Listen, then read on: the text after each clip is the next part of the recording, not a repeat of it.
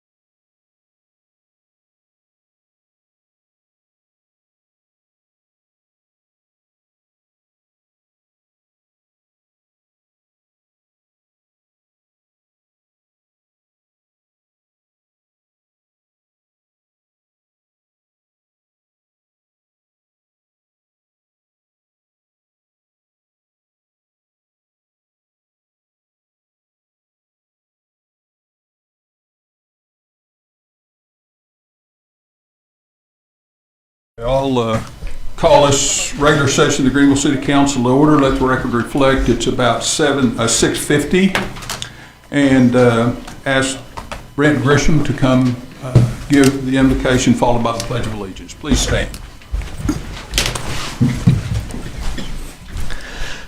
Let's pray. God, we just thank you for this day and the opportunity to come together. And God, we thank you, first of all, that you gave your very best gift for us, your Son, Jesus Christ. And we thank you for that. And I thank you for our city and the blessings that you have given unto us, the growth and the new businesses. Lord, I thank you for our first responders and the great job that they do protecting our citizens, and I pray that you would protect them, that your hand would be upon them. And Lord, I pray that your hand would be upon each one of our citizens. Protect them. Lord, I pray for this city council meeting tonight. I pray, Lord, for this city council board. I pray that you would give them wisdom, that you would give them direction.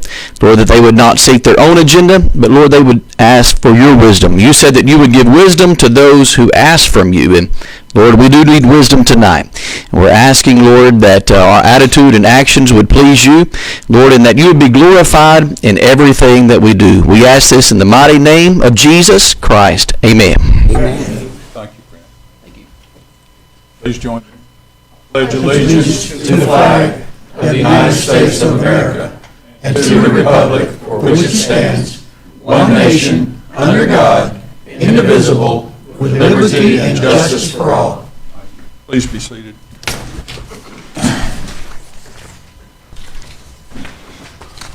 We have a presentation tonight, but I'm going to go a little bit off script for just a minute. I don't know if all of you, if you're aware that we had the re-grand opening of the Reese Davis Senior Recreation Center Saturday morning. It was well attended, and it's a beautiful facility. It has soft pastel colors.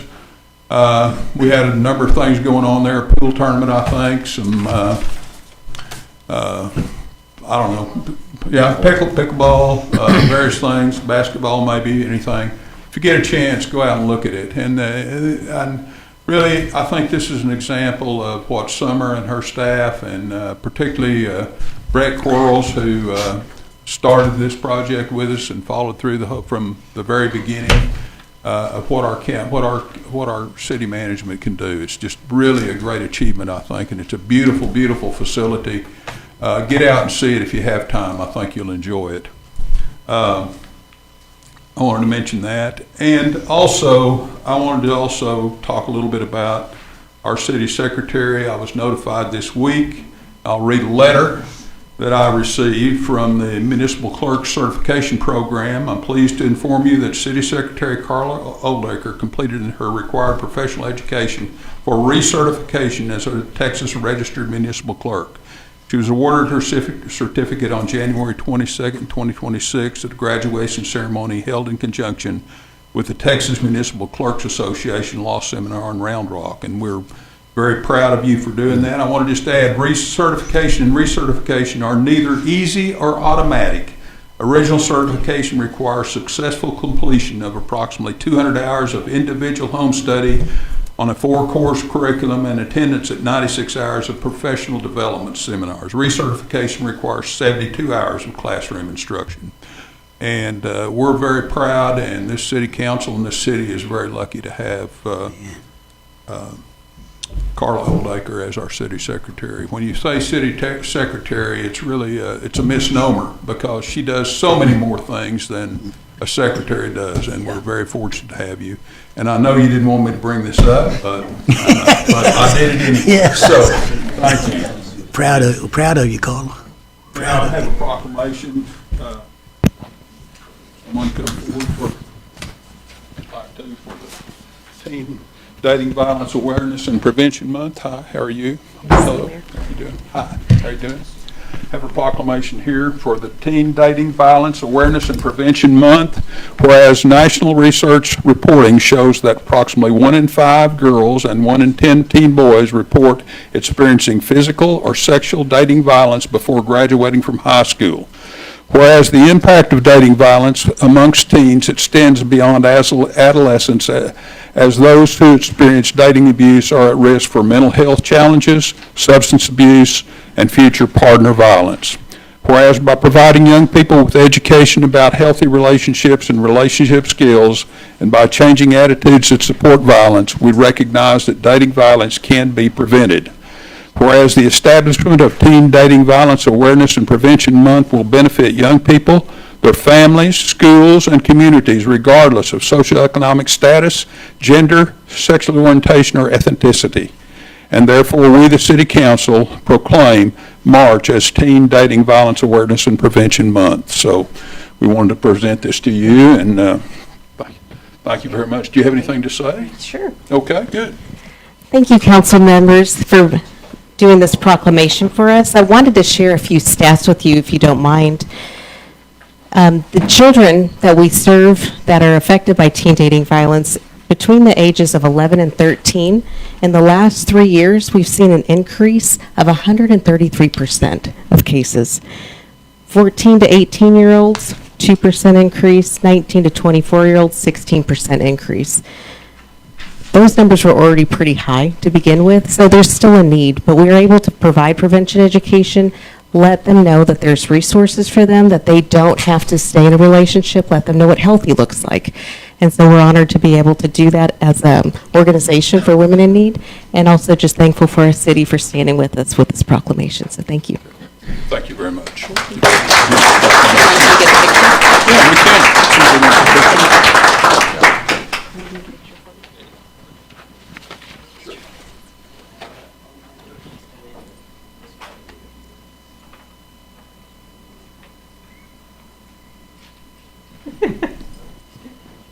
Thank you very much. Thank you for being here tonight. Very good.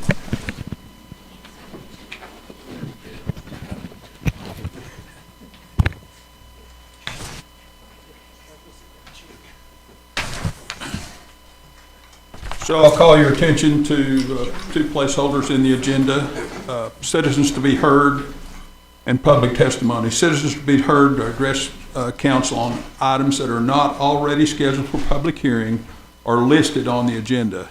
Public testimony is for items that are on the agenda, starting tonight with, we do have public hearings on the agenda, starting tonight with resolutions, item 8A. So if you'd like to address the council on any of these issues, please present a citizen's comment card to the city secretary.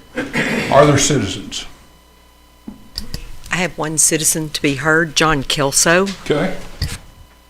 Please state your name and address. John Kelso, 6005 Horn Drive, Greenville, 75402. Thank you, Mayor and Council, for this opportunity to speak. The day I've been dreading for months and months happened last week.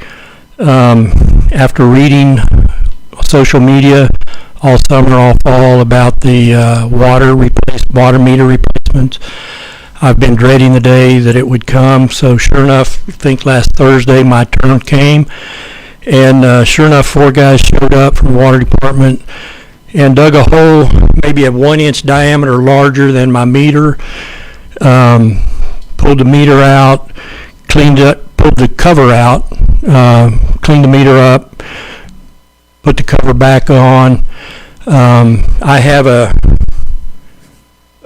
smaller cover about that far from the water meter cover that covers my cutoff to my house and to my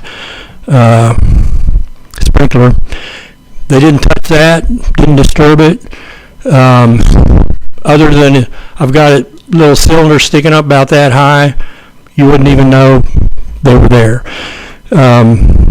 After hearing, like I said, reading how horrible, big giant holes in my yard, trash left, meter covers strewn out in the front yard, I was just dreading it, but you'd hardly know they were there. So one or two things happened. I guess people on Facebook are wildly exaggerating reality, which I think we know that could be likely. Or the water department has refined their processes in how they're going about replacing these. So we'll see when the out-of-towners come and actually replace the meter, and then the city puts cover back, we'll see. But right now, huge kudos to the water department. They've obviously refined their process on how to take these covers out and put them back. So I was very grateful because my wife loves our front yard, and if it gets messed up, I'm the one that has to go out there and make it back beautiful again where she won't be all over me. So I greatly appreciate the water department and how they're obviously they're doing a good job and have fixed some problems. Thank you. Thank you for your comments. Are there no other citizens? Okay, we'll move to item 6A, hold a public hearing to discuss and consider a request from Jimmy Barnett for a change of zoning from single-family 3 to multifamily district on an 18.6 acre lot. Steve. Yes, sir. This is a zoning change requested by, I'll say Wildcatters, because that'll probably put it in better perspective for you guys. But it's out there on the Wildcatter property. Let me get my head screwed on right. Okay, this originally, a while back, I mean, it's been a couple of years ago, y'all may or may not remember it, we changed the zoning on this piece of property. It was actually ag at the time to single-family 3 subdivision. That's it, you see kind of on the right top side. What they've done, that, whether you know it or not, that deal fell through. The builder failed to be able to build the houses in there, so it's just sat there, and they hadn't been able to get a developer that wants to go in there and build that project. So they've come back. You can see in the yellow, we're leaving part of that subdivision still there. But what you see from the yellow street, from the yellow that goes all the way up, back to the left to the creek, we want to change that zoning from the single family 3 to multifamily 1. And what they want to do in there is build 181 units. I don't think I have those. It looks similar to this. What you're seeing on the bottom was that yellow street. And that will be the single story. The big building is a single story. It will be for hearing impaired and assisted living type. The other structures you see around it will be condos for, I think it's 55 and over is what it'll be. They do have to have the multifamily zoning for that. And what you'll see that the street is down at the bottom. Part of that will eventually we'll come back and rezone part of that to probably general retail or commercial, and they'll want to build like medical offices in there, something of that nature to it. It's a pretty good project. You know, we are taking it from SF3 to MF1, but where it is, that's a transition anyway from single family is multifamily 1, and they left a corridor on the opposite side of the street. On the opposite side of the yellow street you see up there, which at some point they'll come back and rezone that for medical offices or something of that nature, general retail. It's right behind the Tractor Supply, all the new commercial we got out there, so it will fit right there. Drainage is detention has already been built out in this whole Wildcatter project for what's going on there, so that's all pretty well handled. Water and sewer, we can handle all that. I took it to matter of fact, I didn't send out a whole lot of letters because it doesn't touch a whole lot, but I think I sent out 10 letters. I got 3 back that were in favor of it. I didn't get any opposed to it, and I took it to planning and zoning last week, and they voted unanimously to recommend approval of the zoning change. I'd be happy to answer any questions. Okay. Any question for Steve?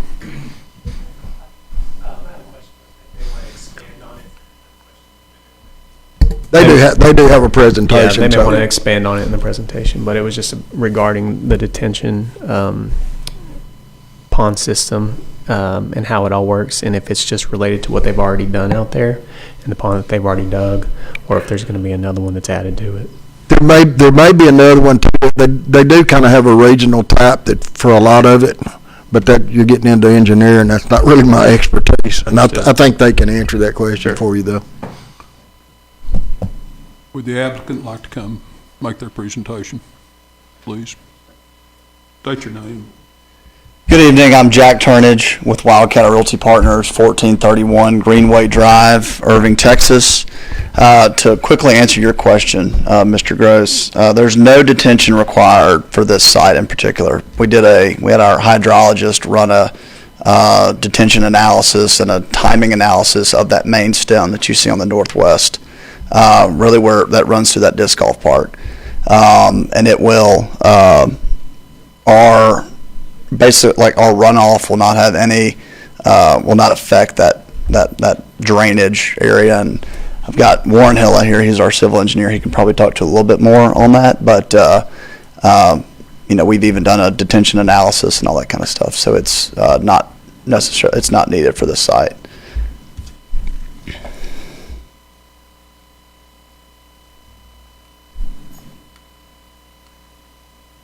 So the current zoning is the area in red here. It is currently SF3, moving to, hoping to move to multifamily. This is the current site plan. It's comprised of duplexes and fourplex independent living cottages, and it has a centralized building that will have assisted living and memory care. Here's a rendering of what the main entrance will look like, and this project is fully designed. Here's an aerial view of the site plan, so you can see the centralized building there. It's got a clubhouse, and then you can see the fourplexes and the duplexes that surround that main building there. I wanted to introduce Jeremy here in a minute. Jeremy is the CEO and owner of Thrive Senior Living, so they develop and manage and operate close to 50 projects since 2008. And so Jeremy and his team will be managing this site after construction is completed. They're based out of Atlanta, Georgia, but they have projects worldwide. So the majority is in the Northeast, and then they manage a few properties in Europe and Asia. I'll have Jeremy introduce himself here in a minute. And I wanted to bring up our market study that we had completed for this site. So since we are moving from single family to multifamily and more of obviously a senior living use, we wanted to see what the market could do in this area, and the came back very strong. There's a large population of active adults as well, where that's one of the studies that they run is, where are the grown-up children, where are they living? Because more times than not, the parents are going to come move to where their children are rather than the opposite. So they did run this market analysis, and so among the assisted living that's in this area, the occupancy levels are from 66 to 100%, which is already incredibly strong. The same for memory care. It's 75 to 100% occupied.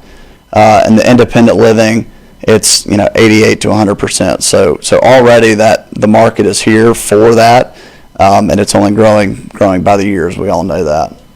And so at the end of this study, HTG did say that given the demographic and competitive characteristics of this primary market area, that the findings reflect positive demand.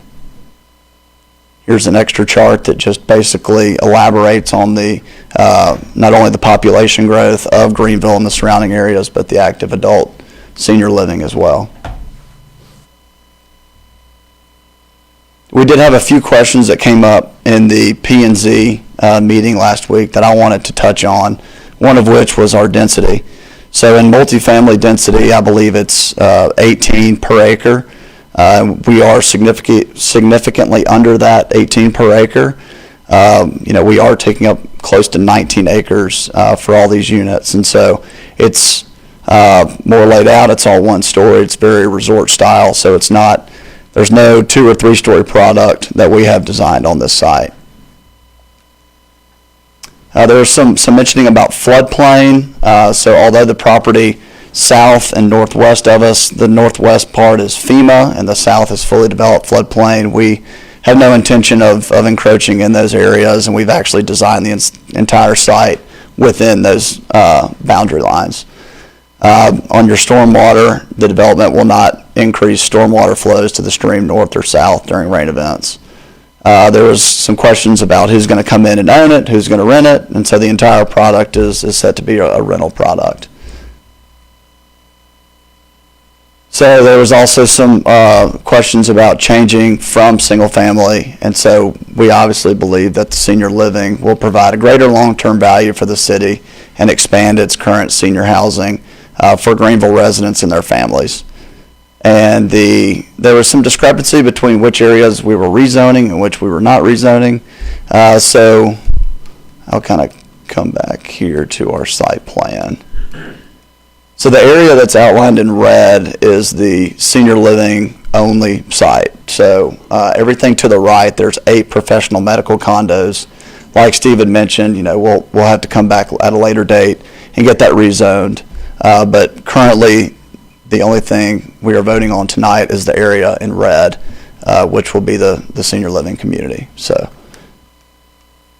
I believe that is all I had, and I'll take questions, and then after my questions, I would love to introduce Jeremy, and he can talk more on the operations of the project. Other questions for Jack?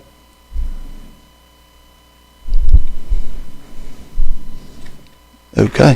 Thank you for your time, and let me present.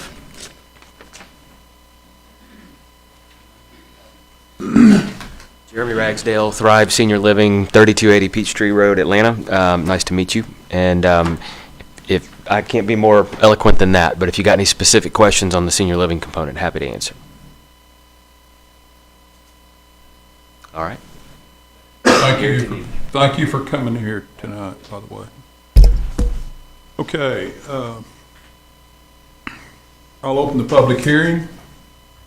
And start with, anyone like to speak in opposition to this project?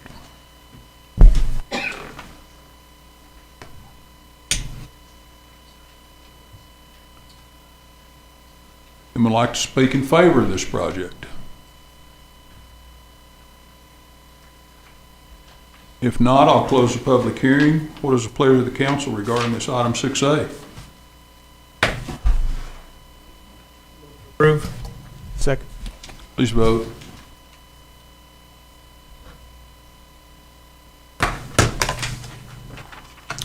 And it passes 6-0.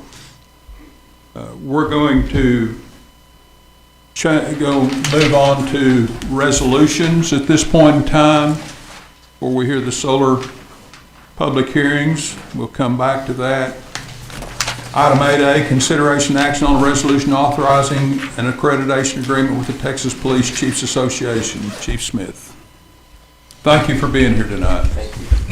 Good afternoon, Mayor, members of the council. First of all, I'd like to congratulate Carla on her accomplishment. We're here tonight to ask for a resolution allowing the city manager to sign an agreement with the Texas Police Chiefs Association for a reaccreditation. The Greenville Police Department has been accredited since 2014.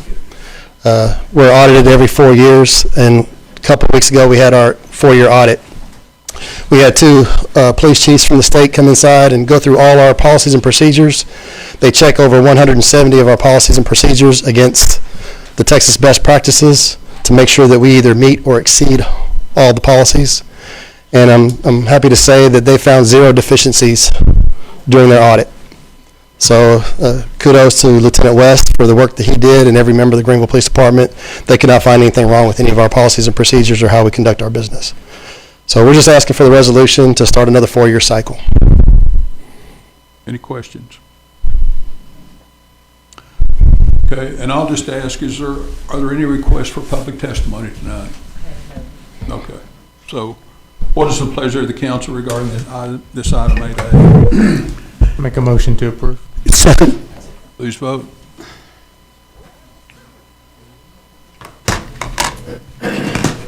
And it passes 6-0. Thank you, Chief. Item 8B, consideration and action on a resolution authorizing unit price services contract with J.K. Hamrick Incorporated Celeste, awarding public works mowing and landscaping contract. Good evening, City Council and Mayor. We're here to go in and talk, I'm here tonight to talk to you about consideration and action, like the Mayor said, in resolution to authorize J.K. Hammock of Celeste, Texas, the mowing contract for the city. The Public Works Department itself has 35 sites. That's about 250 acres altogether.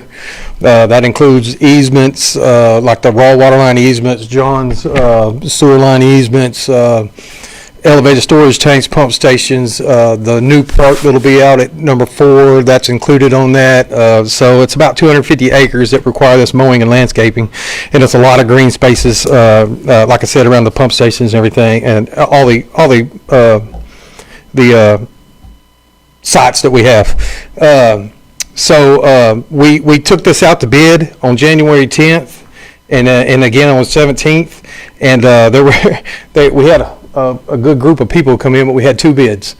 One was J.K. Hammock. They came in at $286,564, and the other one was Raider Power, and they came in at $184, but they didn't show up for the pre-bid, and they didn't go look at any of the sites. And I don't know if y'all didn't remember, we did this last year, and the company that we hired pretty much did the same thing, and we had a lot of trouble out of them. So we made sure that they went to all the sites, and that was something that we had. We told them, if you want to bid on this, you need to come look at all the sites. That way you don't jump into something you don't know what's going on. So anyway, the funds are available in the professional services account for this project, and I'm just here to ask if we can get this started.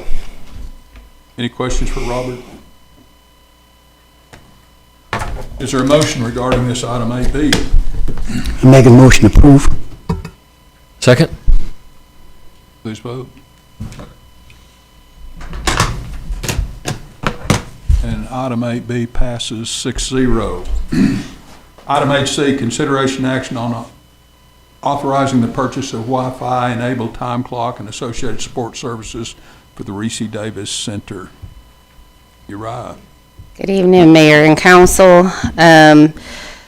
This resolution is to place a physical Wi-Fi enabled time clock at the Reese Davis Center. All of Parks uses a physical time clock swipe. So because we are mounting that on the wall, we are asking that come out of the capital fund for that building. It will be a permanent part of that building. So that would fund that time clock, the physical equipment, as well as the service agreement for ongoing service of that equipment. Okay. Any questions? If not, is there a motion regarding item 8C? I'm making a motion to approve. Second. Please vote.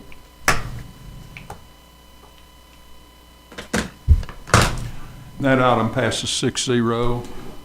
Item 8D, consideration and action on a resolution adopting a policy hierarchy and applicability provision to establish the governing authority of the city policies in the event of conflict. Uriah? So the city has historically had paper-based policies. So we have a policy manual that has all of the policies governing city procedures in one document. What I am proposing, as you recall, we're moving into an intranet system using the UKG system as our intranet, since everyone has access to that system. So we are now transitioning from that paper-based policy to an electronically housed policy. I'm also recommending that we separate that from a one document, huge personnel policy to separate individually managed policies. What that allows us to do as time goes on is, as policies change, we don't have to update the entire manual, we update the individual policies. So what this policy hierarchy provision will do is basically establish that if the updated policy, which you all will review and approve, hopefully approve, that those will immediately be housed in UKG as the intranet, and that becomes our source of truth. So what the hierarchy policy says, that is, if it's in UKG, it takes precedence. If it is not in UKG, resort back to the legacy policy. Any questions? I do have a question. Yes. What happens if you update a single policy that then conflicts with other stuff in the hierarchy? The updated policy would take precedence. The newer one? The newer, Oh, I see what you mean. yes. Okay, all right. The newer policy would take Okay. precedence. That was what you just told us, and I didn't understand. That is totally But I understand okay. now. Any other questions? Is there a motion regarding this item 8D? Approved. Second. Please vote.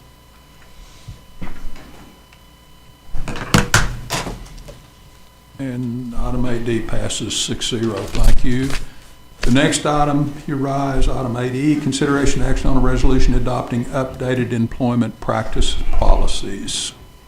The policies will be broken down into separate sections. So the first section of policies is the employment practices. There are 9 separate policies that fall under this section. You've been given in your packet those updated policies, as well as an outline of the changes in those policies. So it shows you which ones have updates to them, as well as those that are brand new, that there were no policies for prior to, and now we have established policies. So highlights in those notable updates: our recruiting and hiring. We're really just focused on moving from the paper applications over to UKG as a digital management software. Telecommuting, we did not have a policy on that at all. So what that telecommuting policy says is that if necessary and when approved by your director, a director has the ability to grant temporary telecommuting benefits to an employee so that they can remain productive in the event that some issue arises that they're unable to make it into the workplace. Those are never meant to be permanent, and those are, again, granted on a temporary basis, has to have director approval. We also have a seasonal hiring policy. So our current policy dictates the difference between a regular part-time employee and a temporary part-time employee. This seasonal policy separates that out from the overall employee status policy that we previously had, and really defines what a seasonal employee is a little bit clearer. Employee status changes have just been updated to improve the transparency and the audit controls. Our probationary period, that policy the verbiage was kind of mixed in to another policy. It's a standalone policy now that clearly outlines what the probationary period is, what it's for, and it aligns to the civil service provisions as well, which is a little bit different than our probationary period for our civilian employees.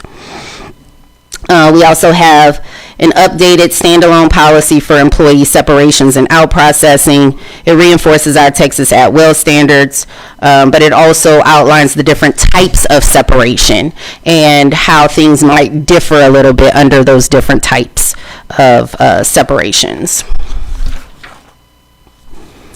Under our personnel records, that's really just a change from paper to electronic personnel files.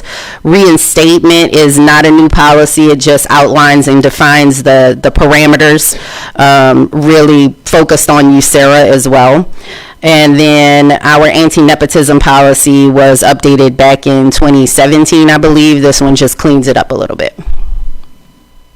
Any questions regarding this item 8E that you just discussed? We appreciate you helping get our HR house in order. No problem at all, Mayor. So, I do have one question. You says in the anti-nepotism summary item there, you says it updates the degree of relationship standards and household restrictions. What is that exactly? So that is your kinship. So it is either by, I'm going to say the word wrong. Actually, I'm not even going to try to say the word. How about that? So the degrees of relationship to the individuals that. Right. No, I understand. But what are the parameters? What are the parameters? Oh, so it's first degree and second degree. So up to the third degree is going to include grandchildren. So first cousins, second cousins is not a part of it. First cousins is a part of it. Okay. There is graphic outline in the policy itself that shows each and every relationship that is prohibited from being hired if you are related to a city council member or a director. So this is for any employee? This is for any employee. Okay. However, just to clarify, if they fall into any of those categories that are outlined in the policy and they're related to a city council member or a director, then they are prohibited from employment. But for any other member, employee, it just cannot be a direct supervisory relationship. Gotcha. So if you're working in the police department and your wife wants to work in another division of the police Right. department and she's not directly Right. supervising you or vice versa, it's okay. And like you said, this is not a change from the existing policy, right? This is, yes, this is just an updated, cleaner language of the existing policy. Nice little circle diagrams. That is correct. Okay. Which I did not come up with. That was a part of the updated policy. I Okay, can't okay. take credit for that. Okay. Any other questions? What is the pleasure of the council regarding this item 8E? Move that we approve. Second. Please vote.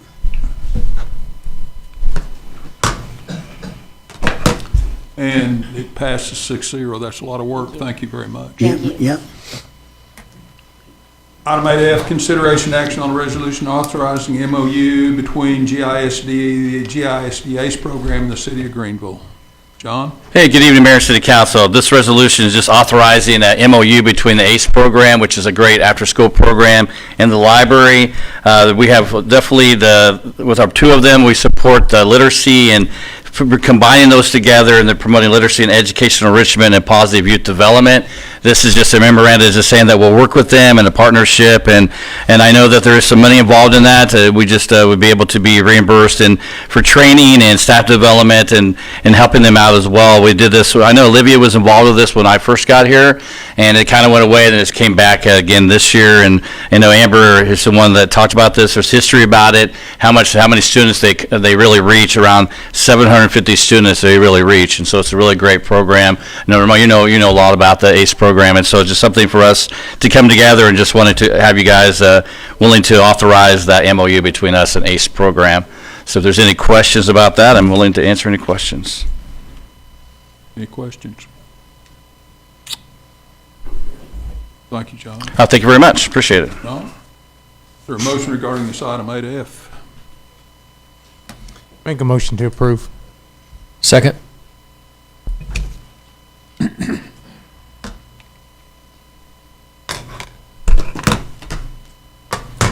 And that passes 6-0.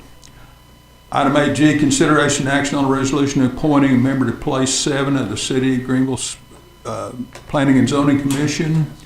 And the Appointments Committee met, and we recommended David Ellis for this, to take this new position. So I don't know if there are any questions regarding this. If not, what is the pleasure of the council regarding this appointment? Making a motion to approve. Second.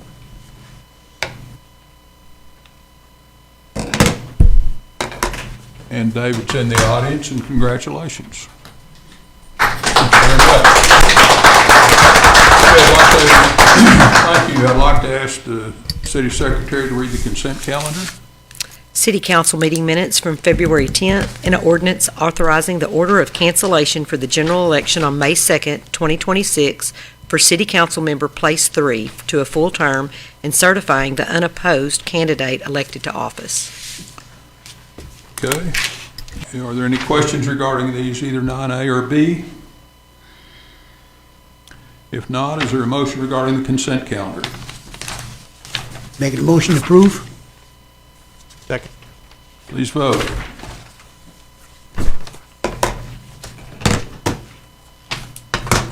And that item passes 6-0. At this time, we're going to take about a 5 or 10 minute break and go back into executive session, and we'll come back at that time. So please stay with us if you will.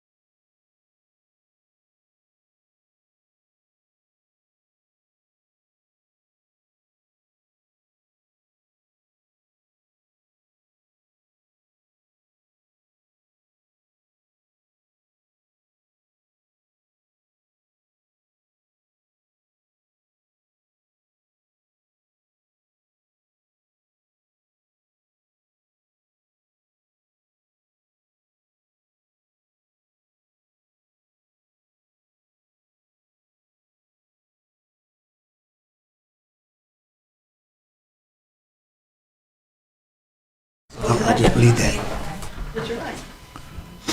Okay, I'll call the regular session of the Greenville City Council back in order. Let the record reflect it's about 7:40. And we'll start with item 6A.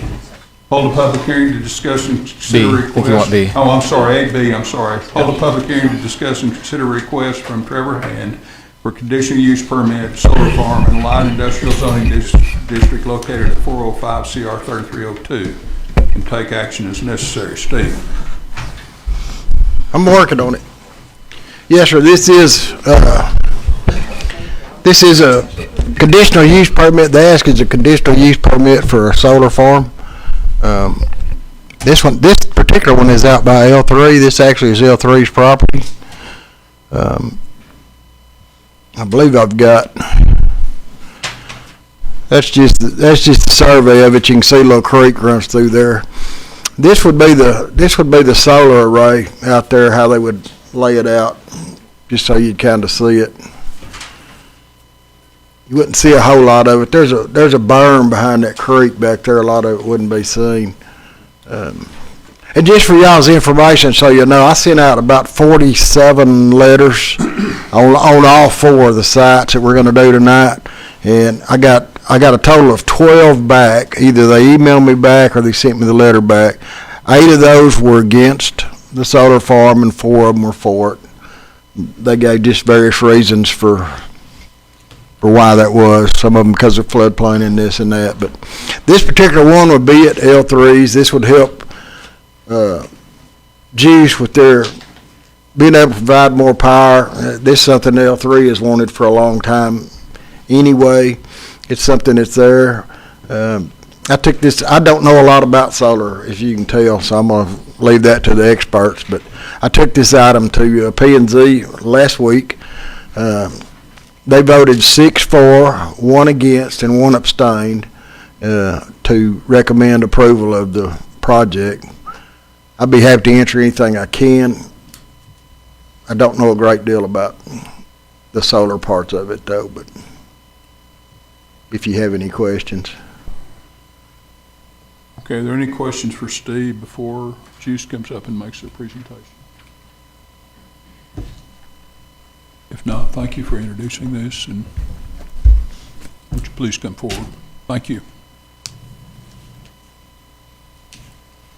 Yes, Alicia Hooks, former Juice General Manager.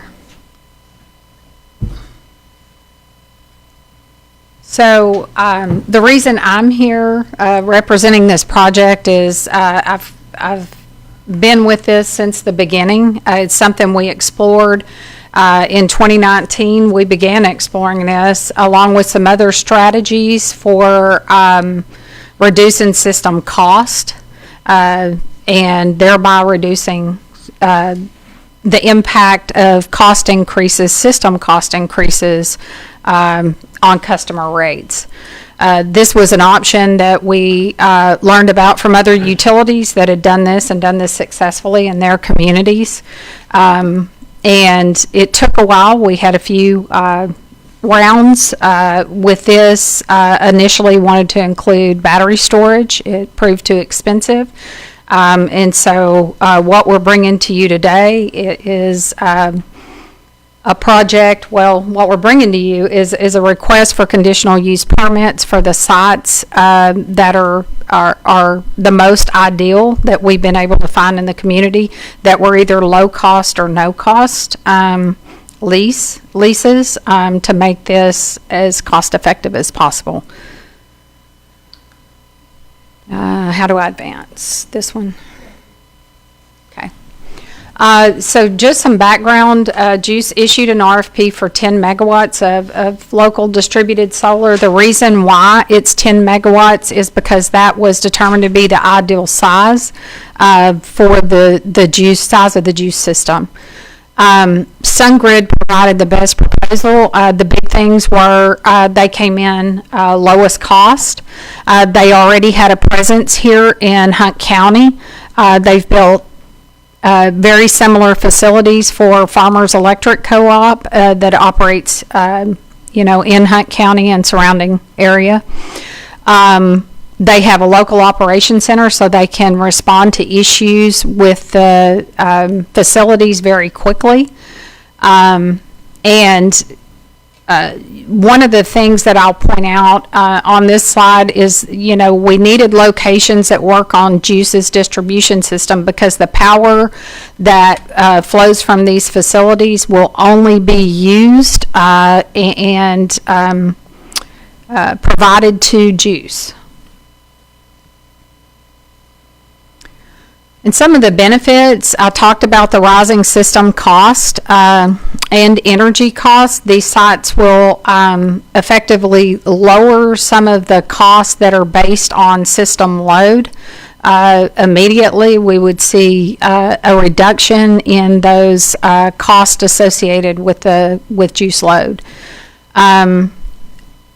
There is tax revenue estimated here for these sites. These are sites that are currently not developed and have limited potential for future development. Also, these sites don't require any water or any other city services, and of course are silent. I think that covers everything here. Well, I guess the one piece that I didn't mention is I did say all of the energy would be owned by Juice, but also the renewable energy credits that are generated by these sites would be solely for Juice's use. I think this is the same slide again. With that, here's an overview of the 4 sites that are being brought forward for conditional use permits. And with that, I'm happy to answer any questions. I think in some of your presentations, you've indicated that this might accrue as much as $200,000 a year in property taxes, or $4 million over the life of the project. Is that? Yes, that's the estimated tax revenue. Okay. Are there any other questions? I don't have a question, but I just want to make a comment that even though we know that this project has required a lot of energy from everybody involved, especially in the last couple of weeks, we really appreciate all the work that you guys have done on all of this. It's obvious that you've done a lot of work and a lot of due diligence and a lot of consideration for the sites and trying to do everything that you can to protect the community, and I wanted to just compliment you on that. Thank you. Okay, any other comments? Thank you very much. Okay. Were you? Sorry, I didn't know, the way we did it last week was, I spoke about the individual sites, but I think we're good. Okay.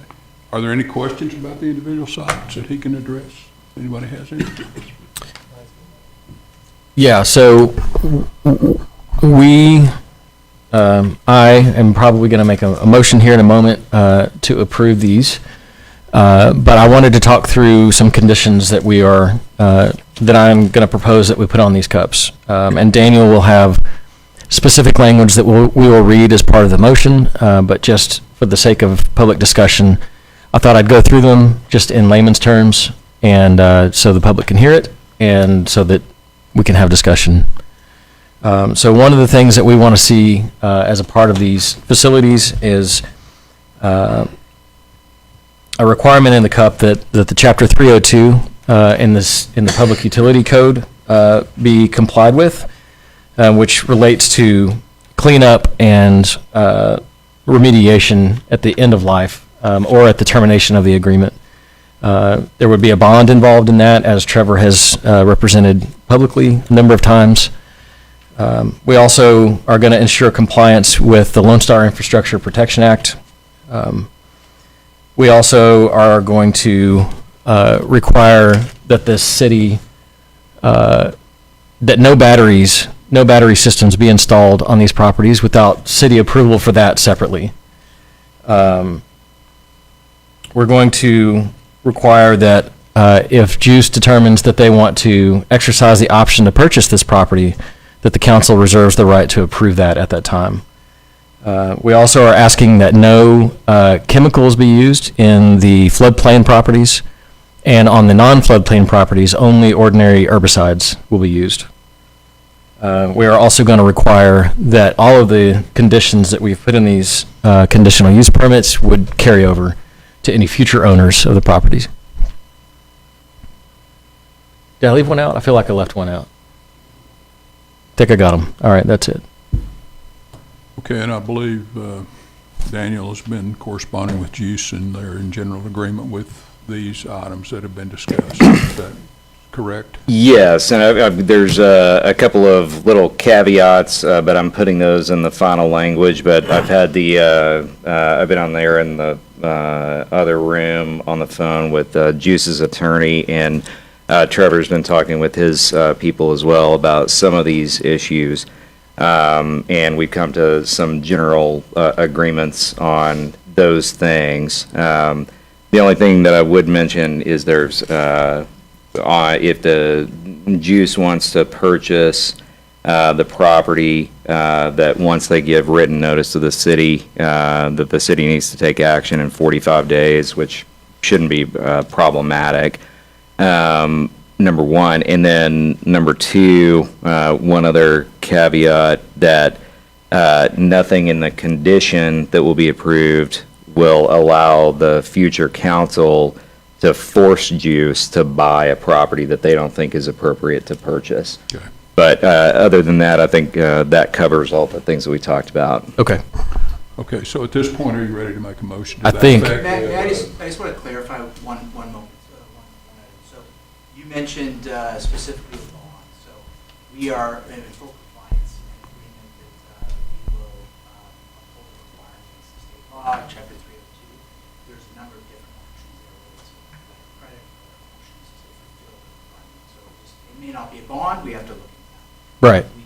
We're in agreement on fulfilling the requirements. Okay. And your motion is that we just need compliance with the 302 requirements Yes. in subsequent contract Right. terms before construction. That's correct. Yep. So are you ready to make a motion? I think I am. I'm waiting on. Okay. That's it. Okay. You can make a motion to approve the conditional use permit with those conditions added to the approval. Okay. Carla, did you get all that? Carla, I'm writing them You did out just get certified as a municipal clerk, after all. Okay. All right, so I make a motion that we approve this conditional use permit with all of the conditions just laid out. And that's it. Okay, and is there a second for that before I open the public hearing? So there was a second. Okay, so there's a motion and second. So now I will open the public hearing. Anyone like to speak in opposition to this motion? Come forward and state your name. You'll have 3 minutes. This is not like the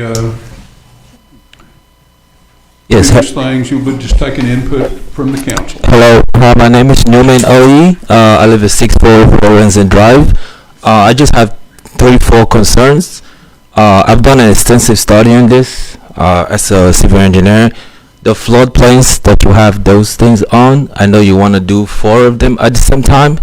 I just think the public needs to get a little bit more study of, since 2019, since you've been doing this, we want to know what are the significant positives and the negatives, because we don't want to live in a community where the chemicals and the everything that's coming out of this is going to leak back into the water.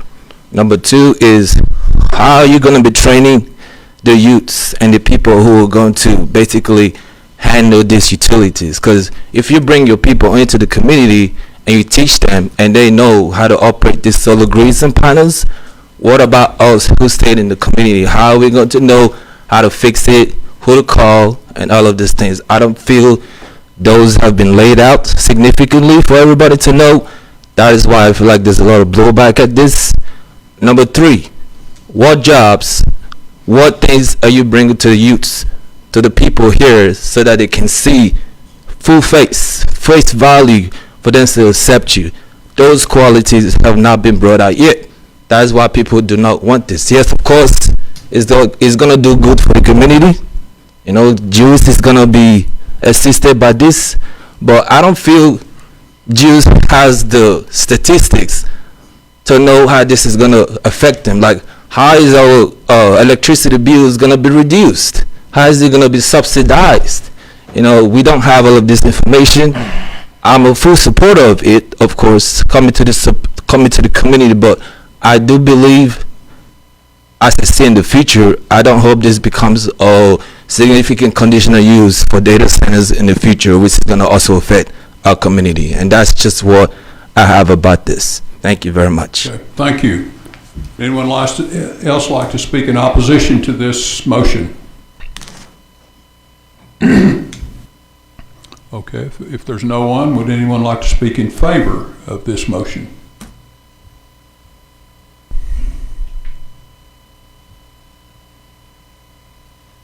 My name is Larry Ellis. I live at 8580 Cedar Creek Lane in Ellis Farm. And I'm someone who was in my home years ago when we all remembered the bad storm. And guess what? The electricity went off. And it happened, you know, across our whole area, how bad that storm was. And the fact that we have an opportunity here to increase our electrical distribution capacity, man, I mean, that's a gift to us. That's a gift to our citizens that live here. And so I think, and the locations that they picked, it's an L3 location. They're GBOT locations. Come on. Those would be perfect locations for us to use. And so this is my basic analogy. Years ago, and, you know, Mayor Ransom, you know, maybe Ben, not Ben, but all of us, we'd go into our house, and what would we have? We'd have a phone hanging on a wall. That's what we had, one phone. Everybody who walked in here tonight, you all had a phone in your hand or in your purse, okay? And so things are changing, okay? You know, and so right now, for our city that is growing, a chance to increase our electrical capacity, man, come on, that's a no-brainer. That's got to be a yes, yes, yes. And yes, the clarifications that Ben made a few minutes ago, yes, that was very helpful. I think for our community, that ought to clear some things up, that we looked at some things and said we need to go back and address those issues, and guess what? Y'all did. So I think that's a good thing also. And so if anybody thinks I'm in here as a suck-up for juice, remember in this town, I'm the only man who ever sued juice and got what I wanted, and that's a true story. So the bottom line is, I think Alicia, I think Sue Ann, I think the Juice Board, I think they have thought this through. Alicia's worked on it for years. I think that we need to support our Juice Board. I think y'all need to vote. We need to move forward on this. Let's take the government's money. If they want to give us these millions and millions of dollars to put this in place as a grant, let's take their money and let's make our community better. Thank you, Mr. Ellis. Anyone else like to speak in favor of this motion?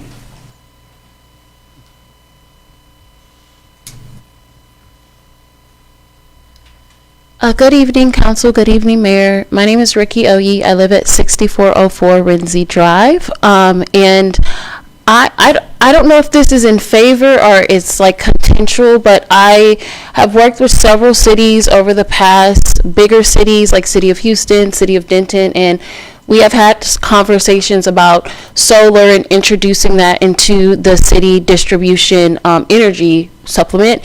And one of the biggest concerns that we've had, even larger scale, smaller cities, is public integration into knowing what's going on. All of us in here know more about solar, know more about what's going on than the people out there. And the people out there who are going to be affected, and those are the people who are going to have to either opt in, if I don't know what terms and conditions it's going to go out to the public, whether it's going to be like an optional or whether it's going to be mandatory, but those are the people that this is going to affect. And I know in the past when we do projects like this, it's like, well, we got to pass the farm first before we can think about community programming.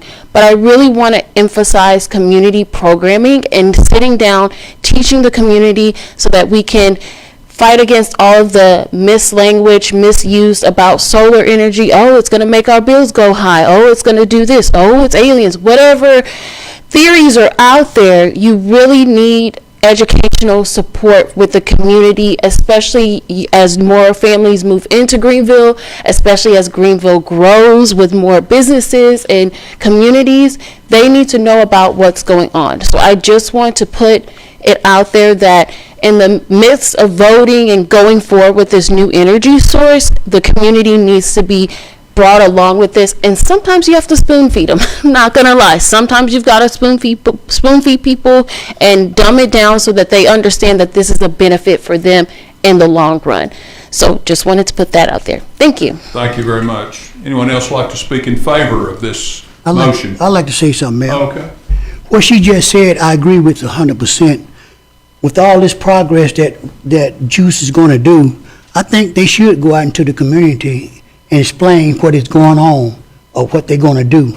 Because the people weren't going to pay the bills.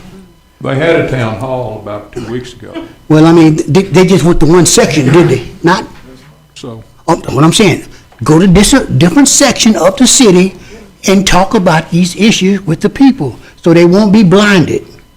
They do have at least some knowledge of what's going on. Because if you don't, I mean, yeah, y'all gonna try to bring the cost of electricity down, but that's still not gonna help a lot of people that can't afford what you bring down. I'm just being honest with you. People still gonna scream about the electric bill, point blank. I know progress cost, but the people is the one gonna have to pay for it. Just that simple. And I agree with what she said. Y'all need to go and talk to other parts of the community and explain this, what y'all gonna do and how it's gonna affect the people. That's all I wanna say. Thank you. Okay, anyone else like to speak in favor of this motion? I guess you can. You missed your chance earlier. Hi, I'm Thomas Black. I live 6808 Sale Street. I have more comments than anything about what I believe is not okay about this. To preface, I didn't say this at the town hall. I love renewable resources. I think that it's great. I have a little garden in my house. I'm vegan. I support sustainability 100%. But the things that have been mostly concerning about this is that it wasn't until 2 weeks ago that I found out, and I consider myself to be pretty active and knowledgeable about what's going on in the city. But I didn't know, and now it's just we're there now. We're about to be there, moving forward with this thing, and it seems like a lot of people are opposed to it, from what I've noticed. And I know that squeaky wheel screams loudest, but it seems like there are a lot of people opposed to this, and it doesn't seem like there's reason to be continuing so hard into this. Not to mention what Mr. Freeman said and them back there. How is this integrating into our society, and how is it going to be? My other concern is that we're going to continue to increase with moving forward with technology. Technology is going to keep getting better. It feels like solar is not quite at a place to be making a massive decision on on a place that we don't necessarily, to my knowledge, have a plan for how is it going to be updated in the future. So 5 years from now, what we're doing right now is going to be defunct. So at what point do we have the information to move forward in a way that is going to keep this going? I mean, I know that we just did our new Reese Davis Center, but the The last time I was at the playground at the sports park, the 3 things were broken. So, and that's just the playground. So, what is going to keep this going, and what is going to keep it updated, and who is going to be in charge of that, and why? Or I guess that's really all I have to say about it. Okay, thank you. Anyone else like to speak in favor of this project? Okay, there's a motion. I'll close the public hearing. What is the pleasure of the council? Can we give Trevor an opportunity to speak? I know you've been through it 4 times. I've been through it 4 times with you, at least. You've probably been through it more than that. But these are valid concerns from the citizens. So we could give him an opportunity just to respond. Maybe I wrote down Mr. Ali's questions regarding the pros and cons of the property, how it's going to affect the youth, what's it going to bring for the youth, what percentage will the bill be reduced by. Those were the ones that I Absolutely. Yeah, be happy to. Sorry, let me step up here. Thank you. Yes, absolutely would be happy to address those questions. And hopefully, as you mentioned, I've been doing this a number of times, and hopefully what has come across is that we've tried to be very transparent in terms of everything that we do, because we are parts of the community, and we're going to be part of the community going forward. So thank you for the questions. There was a question there around pros and cons of the facility for these locations. So I think Alicia touched on those, and our belief is that the locations have been very intentionally chosen to be out of the way of the general public, where people live, where people interact. So we've been very intentional in terms of choosing locations that are going to have as little impact on other people as possible. And those locations they're currently not generating much of tax revenue or any tax revenue currently, so they will come into the pool to generate tax revenue. And ultimately, they're going to help to benefit Juice, and they're going to help to, as Alicia mentioned, offset some of those system-wide costs that do impact a utility like Juice. So those are 3 benefits. My view is that that there aren't any drawbacks. I think it's important how we design these systems and install these systems to ensure that they're done in a way that are going to achieve all those benefits without the drawbacks. But happy to address any additional questions regarding the properties. There's some great questions there about engaging youth and individuals. So we hire people here currently for other sites that we operate in the Greenville area, and we're looking to hire more people. We have a federally registered apprenticeship program that's registered, right here, and we're looking to add more people to that apprenticeship program. So whether people want to come and help us construct these facilities that we're going to help to construct, for Juice, we'll definitely be putting up postings and looking to hire people for that. But also, if people are looking to be part of our apprenticeship program, we certainly would encourage that as well, and they can come and help us build solar across the U.S. We've got a number of people currently involved in our apprenticeship program. So, more to come on postings for opportunities, for employment opportunities to help build them. And then, we have full-time people that work with us to maintain those ongoing. So there was a good question there around what's going to happen in terms of how do we transfer the knowledge to a local base. And we do hire and train and have people that work for us full-time here that are, that live 10 minutes from the facilities. So they can address issues. We train them up. We develop them ongoing. So we have a number of people, and we're going to be continuing to grow that team. I think, was there another question? Did I answer 3 or 4 of them there? Is there any more questions that I didn't answer? So I think the main question is community engagement. Like, it's great to have apprenticeship programs and all of these additional incentives to bring solar energy, but if the community is not aware of it, similar to what he said just 2 weeks ago, I'm new here and I just found out during the community and development meeting, what efforts between the city, also all of the planning committees are going to be put to communicate this to the community. I mean, we've got a college right there. I come from a college background, used to be a professor, but during my doctoral studies, I studied like community and city development, and the number one drawback that we see in research is that younger generations, they're not here tonight. They don't know what's going on in their city, but then they hear about it trickle down on social media, Facebook, things like that, and the next thing you know, you've got a protest down the street protesting against the solar farm. Then the next thing you know, you've got vandals. I've noticed this working for the city of Houston and the city of Disney. And I would hate for you guys to come here, build these farms, do all this work, and then have to fight against the community when you should be working hand in hand with the community. So that's the major concern.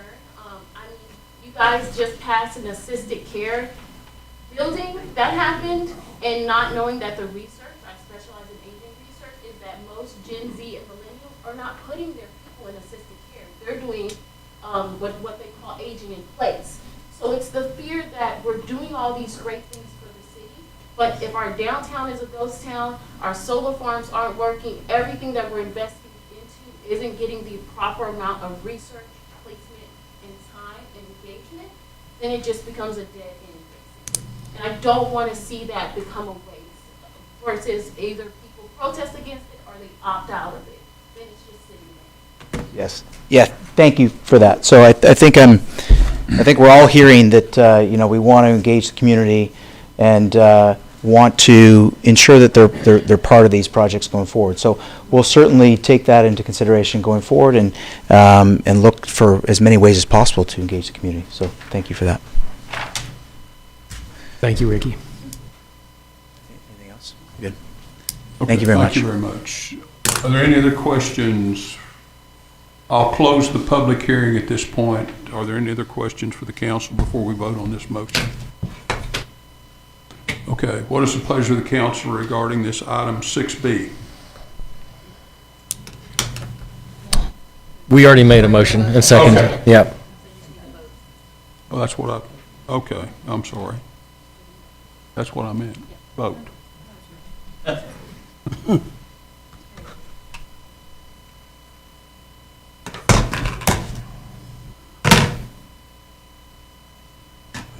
And it passes 6-0.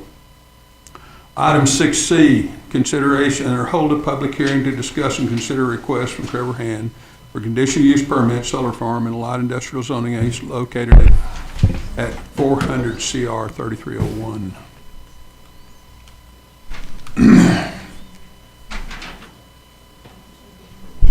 There it is. Okay. This one is off of 3301. To the left, you'll see that is Cottonwood subdivision. This property is owned by G-Bod. There is quite a distance from that to what is sitting there. I believe that's 28 acres that they'll be wanting to put one on there.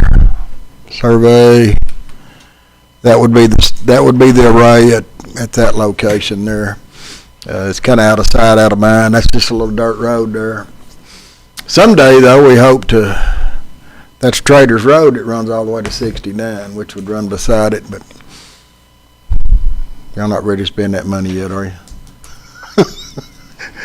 Anyway, this is same project. This is not far. I'm trying to get y'all thinking about something else. This is not far from the one at L3. It's kind of across the pasture there a little ways, but same scenario. I think 4 of the letters I got back that were opposed probably came out of Cottonwood subdivision. I think they were thinking they'd be able to see it, but I don't think, don't hold me to it, I don't think they'll be able to see the actual array because there's tree lines and all that between the subdivision and it. And this is an older picture too, so that's about all I know about it. I took this one also to P&Z last week. We did each one of these individually, and it was the same vote, 6-4, 1 opposed, and 1 had to abstain. Any questions for Steve? Would Juice like to add anything to your prior presentation before I ask for a motion? I think they covered all Okay, covered all the sites, I assume. Okay. Is there a motion regarding this item 6C? We're going to try.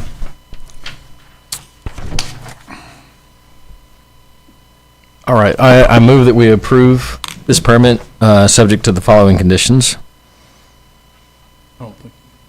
I don't need to read all that? Okay. Just give this to If it's the Carla. same, then it's, those are the same as what you said earlier, so you Okay. can just move to approve it subject to the same. Okay. So then I'll move to approve this permit, subject to the same conditions as item 6B. Is there a second? Second. Okay. There's a motion on the table regarding this item. I'll open the public hearing. Anyone like to speak in opposition to this item 6C?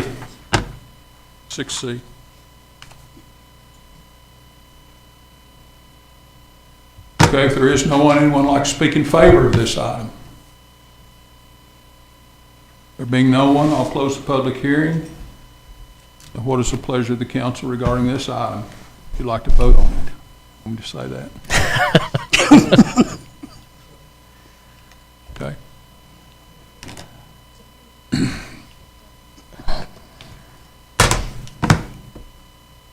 And this item passes 6-0.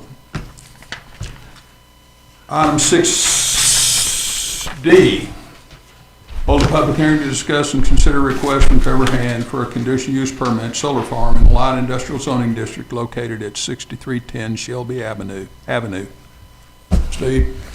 Yep, same thing, different location. This is out on Shelby. Part of this one is in the floodplain. See the pond in the survey? Down at the bottom, not the bigger one, at the bottom there's the pond, you can see it. It is the bigger one. You can see how they're going to build the array around it. It's pretty much surrounded by trees. Even in the front, there's big cedars and trees there. I don't think you'll see much of it, but part of it is in the floodplain and part of it's not. So this is another one that's owned by G-Bod, that they'll be leasing that spot to put these in. That's what the array would look like. I took this to P&Z last Monday. Same vote, 6 to approve, 1 opposed, and 1 abstain. Okay. Any questions for Steve?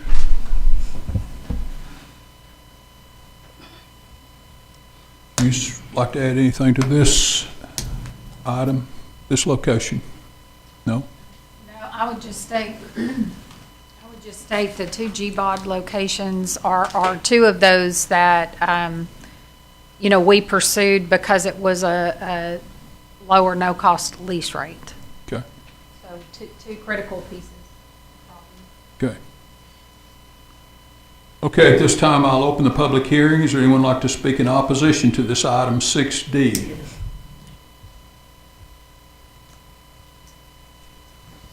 Anyone like to speak in favor of this item?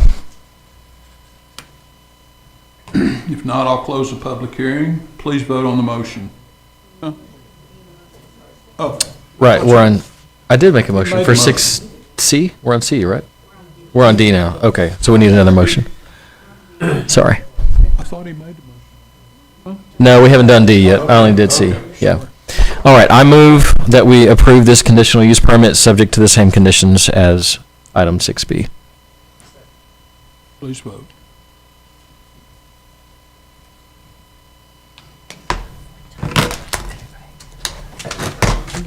And that item passes unanimously. Now, item 6E, consideration of public hearing to discuss and consider request from Trevor Hand for a conditional use permit solar farm in an agricultural zoning district located at 720 CR 4103.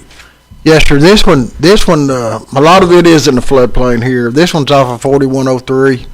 It's kind of down in the bottom. You will not be able to see this one from the road. Survey. There are some utilities there they'll have to work around. But that's what it would look like.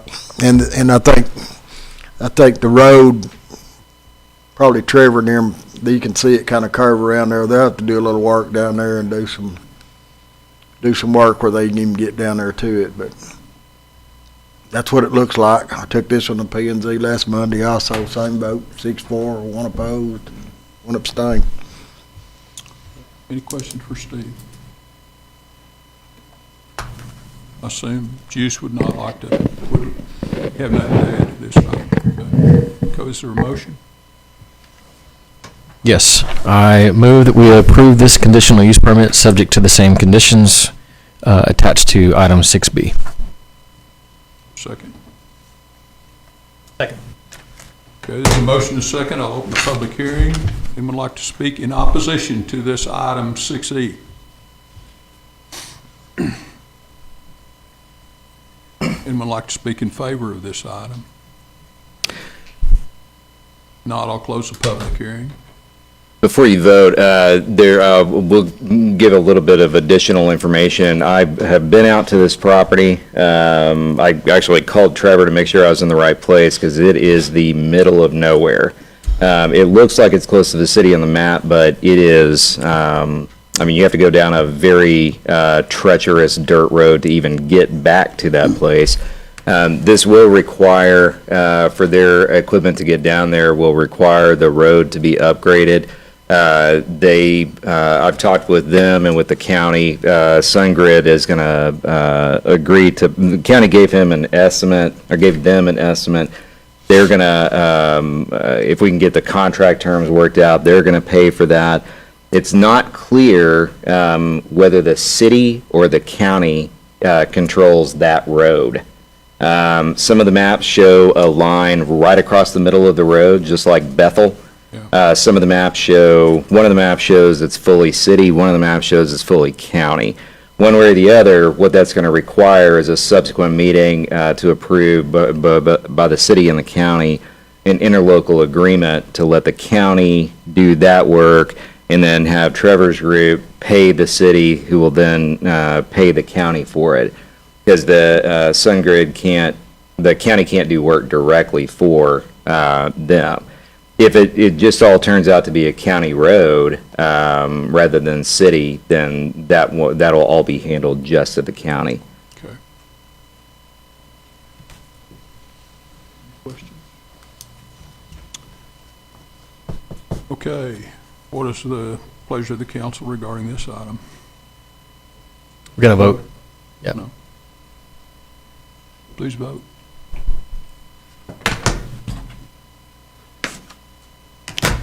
And that item passes unanimously. We'll move to item 10, city staff, city council reports, status update for January 2026. Thank you for being here tonight.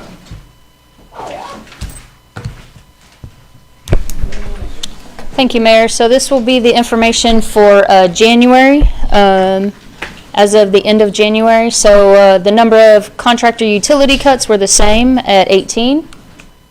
The number of in-house repairs for potholes was down to 64 for the month of January. Street sweeping miles went from 332 to 263. And just a reminder, the downtown area is swept on a weekly basis still. We also have a separate, smaller sweeper that we do sidewalks and things like that. I don't know if you've seen it out there before, but it's a little bit smaller. You can stand on the back of it. It's not the giant one that drives down the road. Obviously, during these months, the mowing of the mowed areas or right-of-ways is not as much, so that was at about 10%. Line of sight, intersections that were cleared for line of sight were 4, which were the same as December. Signs replaced went from 57 to 60. Building permits issued for the month of December, you can't see it in there, I need to stretch out a little bit, was 18, and we were up to 26 for the month of January. COs that were issued went from 25 down to 20. And then traffic citations issued went from 484 to 477. And then the raw water line, so just an update there, all fusing and installation of the pipe from Reservoir 5 to Lake Tawakoni is complete. So now they're testing everything. There's some little punch list items as far as seating, the certain right-of-ways, fixing fences, gates, things like that. We're just ensuring all that's done. We haven't done final payment there. The only outstanding item is the installing the berm at 5, because we had to change the outlet for number 5 because we changed the location of the pipe so that we could ensure that we could do the dual line. So that's, and then once they connect that, concrete's being poured down at the Tawakoni. Once it cures, the VFDs that we bought, back in November, that we've been storing at the water treatment plant, we'll install those. H&H will get the electrical done. Once we do that, the transformers and transfer switches will arrive in March. We had to order those. We had to wait to order those. Once those arrives, the VFD and the header project will be completely done and complete. So that'll be a good one project to get done, and then that will be the end of the original raw water line. Now we're still, I don't know if you've seen pipe being stored, but we're still receiving pipe for the dual line that's going to connect the south plant to the north plant. So we're still getting a line for that. You guys have approved moving forward with the bonding of that, so that'll start coming in the next couple of months in the April. So it's going to be a very busy spring. We're not going to slow down, but it's a big accomplishment to get this 36-inch water line near completion or almost complete. I think we were talking to Robert not too long ago, and just a couple of years ago, we had 0 pumps that worked down at Tawakoni. Now with y'all's investment, we'll have 4 pumps that work and can be able to push a lot of water to the city of Greenville, to our reservoirs, and be able to supply everything we need for the community in the future, well into the future. And so that's a big accomplishment for not just the council, but for the community as well, to be able to have that reliability. It means a lot. I know a lot of folks in the other communities are worried about this, but this is one thing that we don't have to worry about as far as raw water line. So that's a big accomplishment for us. I'll be happy to answer any questions. I have one question. Our sales tax, is there is that we're a little under budget there? Is that because of any particular sector, or is that just kind of across the board, or could we do some analysis on that to determine? I mean, we look at that quarterly. So, I mean, we've been through basically 1 quarter of our budget year. Right.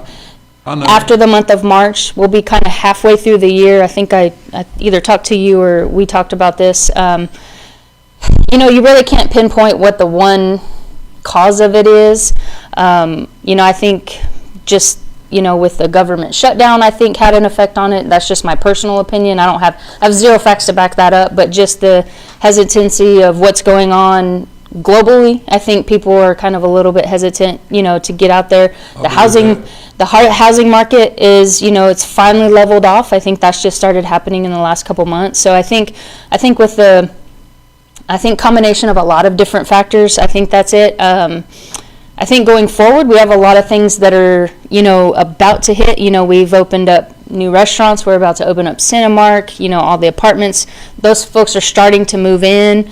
So, we're getting that happening. It's just, that sales tax is so cyclical. From a budget standpoint, yeah, we're behind. As I've emailed you guys, and you guys will know, it's in the paper as well. Am I worried about it? No. Am I going to look at it after 6 months? Yeah, Ben and I are going to sit down, evaluate that. Mayor, we'll look at if there's any particular sector, whether it's the building. I think after the winter months, kind of get past us and everything stabilize. Interest rates were up in the air for so long, people just didn't know what to think, with the Fed chair being up in arms and whatever. So I think after we look at all that, after 6 months, we'll have a better set of data to kind of evaluate and look. So we'll look at it and then bring something back to you, hopefully either the March or the April meeting, and then we'll move forward and look at that. So thank you very much. Uh-huh. Any other questions for Summer? Okay, item 11, entertain any items for discussion or proposed agenda items for the council. Is there any? Anybody have anything?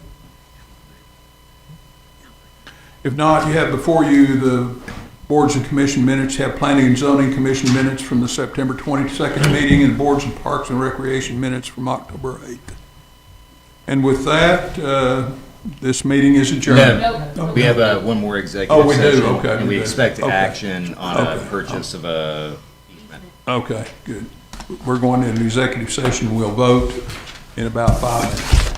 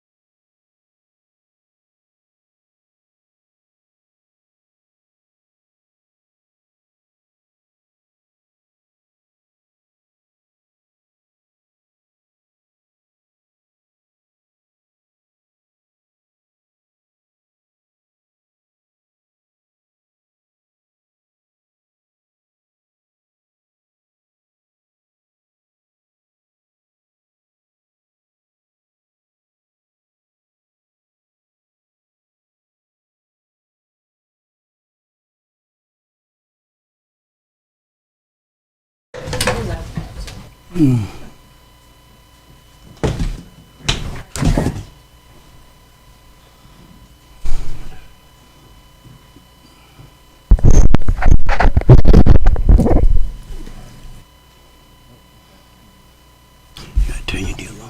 we go, I'm on.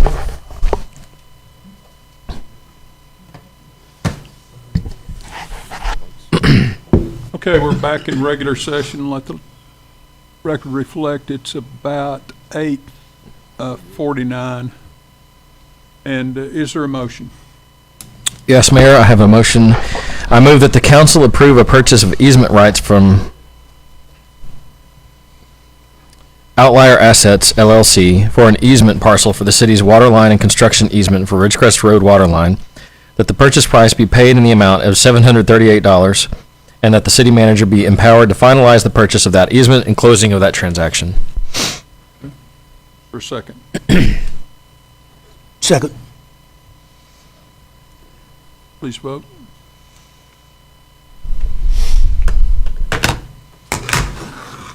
And it passes 6-0. Is there a second motion? Yes, I move that the city approve a resolution opposing the competitive housing tax credit for the structure situated at 2612 Washington Street. For a second. Please vote.